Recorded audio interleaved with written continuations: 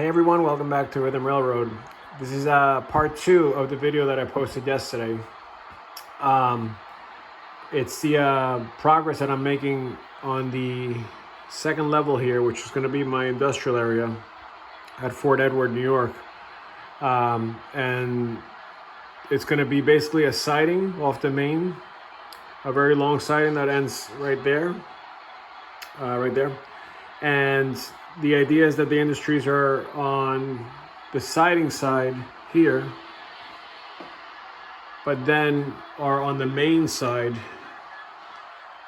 here for that corner and the big industry that's back there. And then I also have a small tank car facility right here. So the plan that I posted yesterday on the video was to create a crossover here, which I'm actually really happy I did, because I think it's going to work out really well. So by putting the crossover here, which is obviously not completed, I still have to put the other turnout here to connect, but I wanted to make sure I did that before I actually went ahead and installed it. So the idea is that I can bypass a train that's doing work on the siding for this area, and also another train that's doing work on this main line section for the big industry here. So I'm going to kind of demonstrate what I did today, which is basically I had this wired for block detection so that this track was detected by sensor A5, and this one was detected by A6. And what I had to do in order to have the dispatcher see, where the trains are now that the track is basically split in half, is that I had to add 2 sets of wires, or actually just 2 wires. One to make this from here on in the siding another block detection section, and then once again here one other wire to detach from the main line so that I can detect this separately. So now this section that was detected by 2 wires or 2 sections is now detected by 4 wires.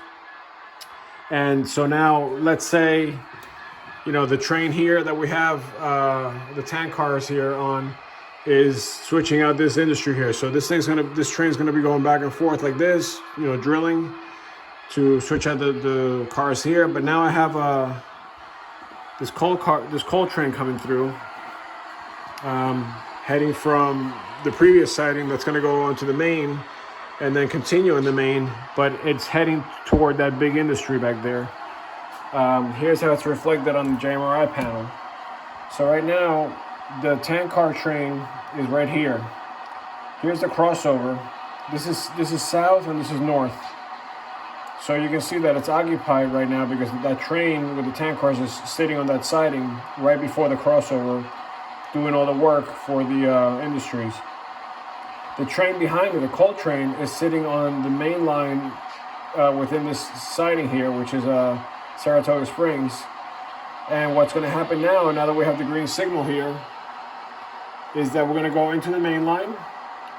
So you'll see this detection turn off once we get into the main line, and then we're going to set the turnout here so the dispatcher would actually set this up for a main track, and that train can be there, drilling while this is set for that.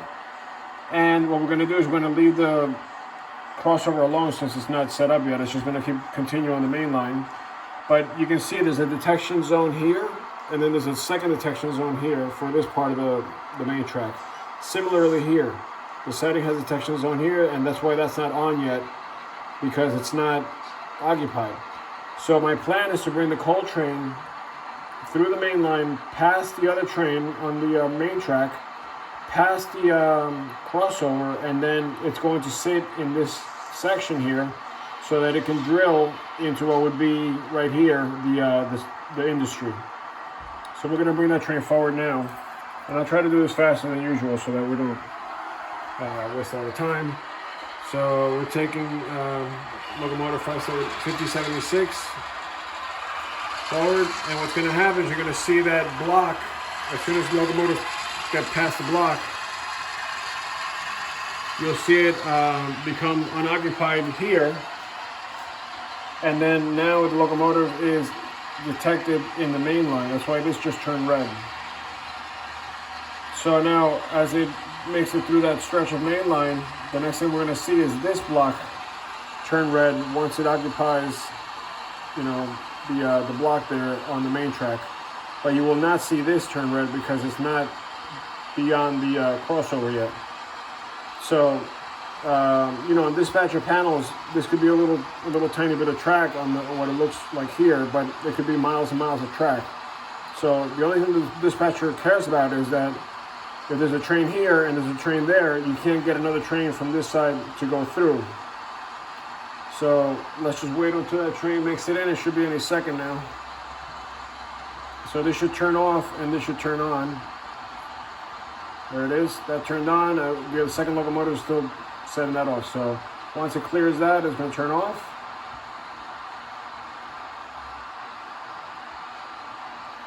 Oh, the reason why it's on still is because I have resistors on the last car on that train. So it's showing the entire length of the train. So I got to get completely into the block before that turns off. And that's going to be happening in about 5 seconds. When that last car makes it past that turnout right here, you'll see that only that's right there it is. So now I'm going to continue past the crossover here, and you're going to see that this turns red. Because again, the industry spur is here. It's not there, so I want to get past it. So as we make it, see, as you can see, the train is still running, and now we have just entered that block. This is still lit because the last car on the train is still in this territory, in this block. So we have to wait until that clears completely. And the reason it's flashing right now is because I don't have all my feeder wires hooked up right now, so it's hard for it to really detect. So let's see where it's at right now that we're kind of like where we're supposed to be. So as you can see, we just passed the tank car here, and now this is the car that has the detector, the resistor on it. As soon as we get into the block past the crossover, which is right here, we're gonna bring the train to a stop, because this is where we're gonna do our work. You know, let's say the train would detach here, it would pull up a little bit and start drilling while these cars stay here. And then the goal now is that even though that's occupied and this is occupied, we can still run a through train on the main, and then the dispatcher could set this crossover to go to the siding here, which will then go past this hopper train here, and then continue on its path without any interruptions whatsoever. So I wanted to show you on the screen what the dispatcher we were looking at in order to be able to do that. So as you can see, there's another train back here that's waiting. Now that train's got the green. It's also got the green on the main. So I can send that train through again, and then even here through the main line, and then the dispatcher would line this crossover here to get past the two trains that are sitting on these tracks side by side.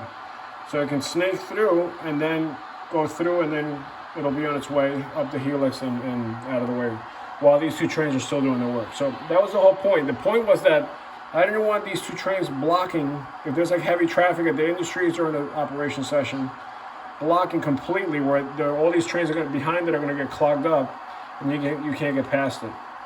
So I think it's gonna be a cool little addition. And now that I have the block detection set up, it's a piece of cake for the dispatchers to see what's going on there. So anyways, I just wanted to show you that because I did set this up today. All right.